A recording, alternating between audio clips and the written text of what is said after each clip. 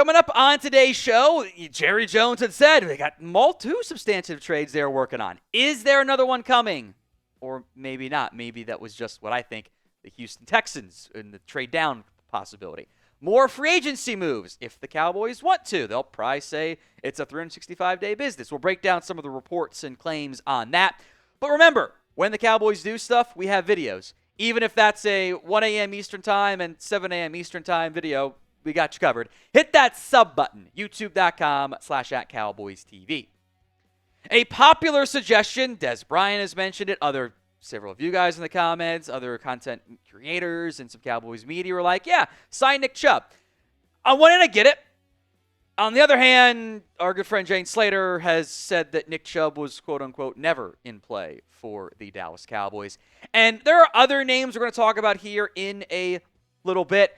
The Nick Chubb idea specifically, to me, feels a little bit more like, well, I would like them to do this. Which, I want to be clear, that type of like idea, suggestion, wish casting, hopium, that's not a bad thing. I do plenty of it. It's fun to do it. It can kind of cross and blur the lines sometimes, but I think that was more like optimistic ideas. And I get it, because it's Nick Chubb. Everyone knows who Nick Chubb is. Problem is, he was not Nick Chubb last year. The production fall off that you saw from Nick Chubb, who's played 10 games the past 2 years due to another devastating injury, that's a huge concern entering his age 30 season. I have said it before and I will say it again. I think if you're adding Nick Chubb, it is a type of move that should be viewed in the same vein as Javonte Williams and Miles Sanders. I don't think you should sign Nick Chubb. I don't think he's going to get the offers of, this is our guy. That is not what the contract should say. That should not be the expectation, because unfortunately, he has to prove it. He wasn't good last year. He's a freak athlete. The stuff he's been able to recover from is wildly impressive. At some point, that will catch up to him. I think if you bring in Nick Chubb, you're probably saying, all right, Javonte, Miles, Nick Chubb, you three are competing for maybe 2 spots. That's how you should approach it if you're adding somebody of Nick Chubb's caliber at this point in his NFL career. You promised me 2022 version. Hell yeah, let's ride. That guy wouldn't be available. So do you think the Cowboys need another running back? Y for yes, N for no. Let me know in the comment section of today's show.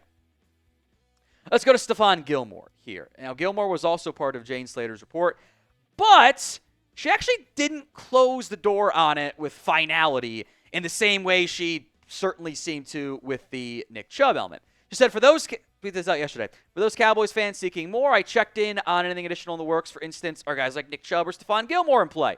The response was, quote, they were never in play.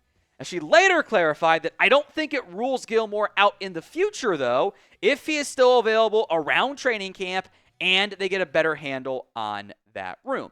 And I don't have any major issues with this approach. I think that's actually pretty reasonable and, understandable for what the Cowboys, and frankly, what I kind of think Gilmore is looking for. By the way, Gilmore didn't sign until mid-August last year with the Minnesota Vikings. So there is a very real probability, if not possibility at least, that he is available around training camp. And the Cowboys can get a better feel for what this cornerback room looks like. How healthy does Savone Revel look? Does he need a little bit more time? Do you not want to throw him in the starting lineup right away? Does somebody like a Andrew Booth, a Kyer Elam, a Kalen Carson, do one of those guys take a big-time step forward? Can Israel Mukuamu hang on to the nickel corner spot? Or do you have to kick Bland inside or go get a different nickel corner? So I think the cornerback spot, if it all plays up to its potential, you don't need anybody. If it doesn't, if there are concerns there and you don't trust guys coming off injury, they're not ready yet, the young guys need more time, the flyer pieces like Elam and Booth don't take a step forward, shoot, you might need 2. So I think kind of a wait-and-see approach is totally valid at the cornerback spot. So, predictions. Will the Cowboys make another notable move before training camp? 1 for yes, 0 for no. Let me know in the comment section of today's show. Let's go to the Breece Hall trade stuff. So Shan Shariff over at 105 through the Fan reported that he was told to, quote-unquote, not shut the door on a potential trade for Breece Hall, the talented Jets back. And then Jane Slater said, actually, no, go ahead and shut that door, saying that, quote-unquote, he was never in play. I'll go more in depth on the Breece Hall stuff. Again, part of me wonders, takes two to tango. Does this make any sense at all for the Jets? Like, that's my main issue. We'll come back to it. First, as a reminder, Cowboys rookie and draft gear is available. Chatsports.com/Cowboys draft. Link will be in the comment section and the description of today's show. That's chatsports.com/Cowboys draft. Clickable link over there. You'll see the Tyler Booker jerseys. You can search and do the custom ones for your other draft picks if you want one of those, plus the hats and the hoodies. Chatsports.com/Cowboys draft. So in the end, we do have the old conflicting reports for Breece Hall and a potential trade with him for the Dallas Cowboys. If Breece Hall were actually on the market, I would have interest there. I would. Because I think the Cowboys' backfield is fine. I think there is upside. I think there's also downside. I don't think it is great. I don't think it is locked in as a great unit. I think there are some real questions there. It's not a long-term solution with a couple guys on one-year deals. And Breece Hall, I think, is easily running back one on this team. I actually don't think it's all that close. That the production proves that as far as I'm concerned. Even in a not great situation, Breece Hall has been a 4+ yard per carry back. I think that's the minimum you'd be searching for. And he was significantly more productive on average than even Braylon Allen was. And that's my big question. Why would the Jets move him?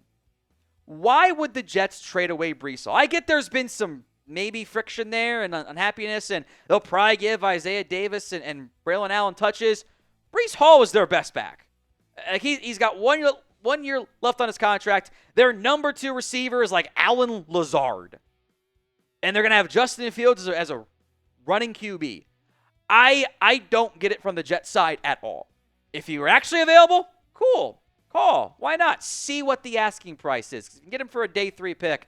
I'm never opposed to flipping day 3 draft capital, 5th and 6th rounders, for 1 year rentals in the backfield. That makes sense to me. I don't get it from the Jets side of it.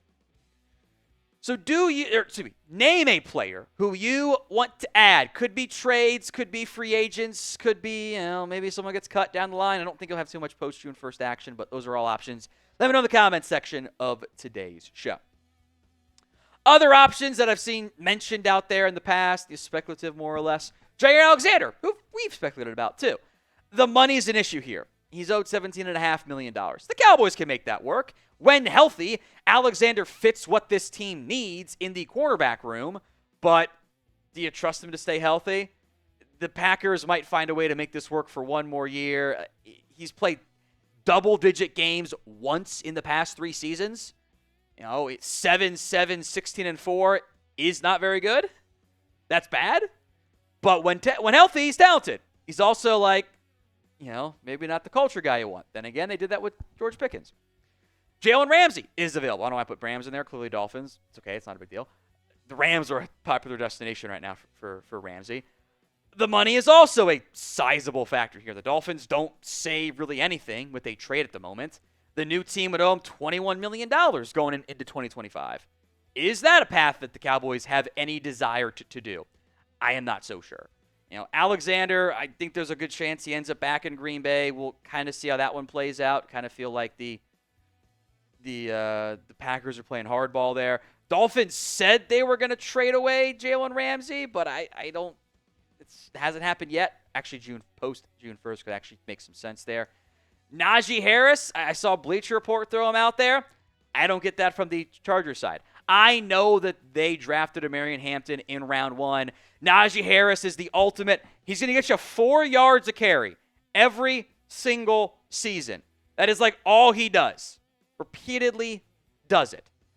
But it doesn't make sense for the LA side. Cowboys pay nothing. Vet minimum, $1.5 million. The Chargers would essentially pay $3.75 for a 5th? That doesn't make any sense.